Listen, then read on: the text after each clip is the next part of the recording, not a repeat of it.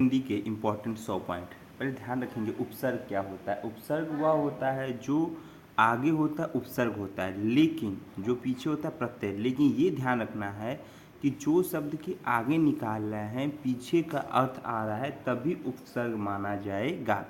जैसे दिया है अपशब्द, अपहरण, तो अप जो है अप को निकालेंगे आगे बेटा तो शब्द का अर्थ आ रहा है तो ये उपसर्ग अप हो जाएगा, अप, ठीक है ना।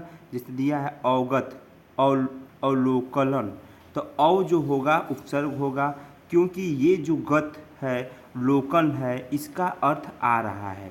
अतिकाल, अतिशय, अति यहाँ पे क्या हो जाएगा, उपसर्ग हो जाएगा। उपकार, उपकूल, तो उप यहाँ पे क्या हो जाएगा, आपका उपसर्ग हो गया। यही ध्यान रखना है, जो आगे वाला है उपसर्ग है लेकिन पीछे का अर्थ जरूर आना चाहिए। दुर्वस्था, तो दुर इसमें क्या हो जाएगा, उपसर्ग हो जाएगा। यही संस्कृत में होगा, यही आपका हिंदी में होगा। दुर्वस्था या दुराचार, तो इसमें दुर जो होगा आपका उपसर्ग होगा। पराजय, परा यहाँ क्या हो जाएगा बेटा, उपसर्ग हो जाएगा। एक क्वेश्चन जरूर मिलेगा। पराक्रम, परा यहाँ पे क्या हो जाएगा, उपसर्ग हो जाएगा। परामण, परा यहाँ पे क्या हो जाएगा, उपसर्ग हो जाएगा। अब देखिए समास, समास को अलग से भी पढ़ाएंगे लेकिन अभी क्वेश्चन से देखिए। समास, द्विगु समास संख्या का बोध कराता है। ये ध्यान रखें, जहाँ पे संख्या का समूह का बोध होगा वह द्विगु समास होगा। जहाँ भी संख्या का बोध हो गया, जहाँ समास और संख्या का बोध हो जाएगा वो द्विगु समास होगा। जैसे नवग्रह मतलब नौ मतलब चौराहा, चौराहा मतलब 4 राहों का, तिराहा 3, मतलब यह कहीं ना कहीं संख्या और समूह का ज्ञान देगा।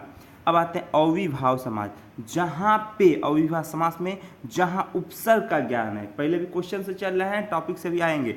अविभाव जहाँ पे उपसर्ग आ जाए, जहाँ पे आगे का निकाला जाए उपसर्ग आ जाए और पीछे वाला जो रहेगा आपका उसका वो निकलेगा, मीनिंग निकलेगा। जैसे यथाशक्ति, यथा यहाँ पे क्या है, उपसर्ग है इसलिए अविभाव समास। उपकार, उप यहाँ पे क्या है, उपसर्ग है इसीलिए अविभाव समास। इतना तो समझ में आ ही गया होगा आप लोग को। हिंदी देवनागरी लिपि में लिखी गई है, बहुत इंपॉर्टेंट क्वेश्चन, देवनागरी लिपि में लिखी गई है।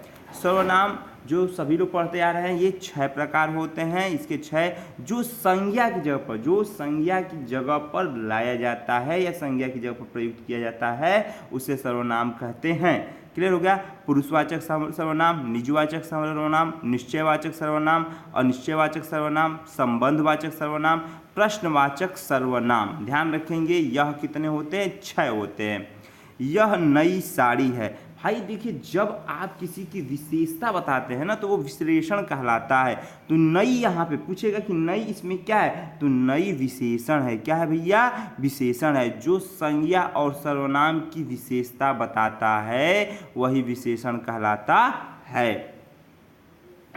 कारक, कारक कर्ता ने कर्म को करण से या के द्वारा सपादान के लिए या को आपादान से प्रयुक्त के अभिमेय या पृथक्करण होगा, पृथक्करण मतलब अलगाव के लिए, संबंध का के की रा रे री, अधिकरण में पर संबोधन, हे राम, इतना ध्यान रखना है।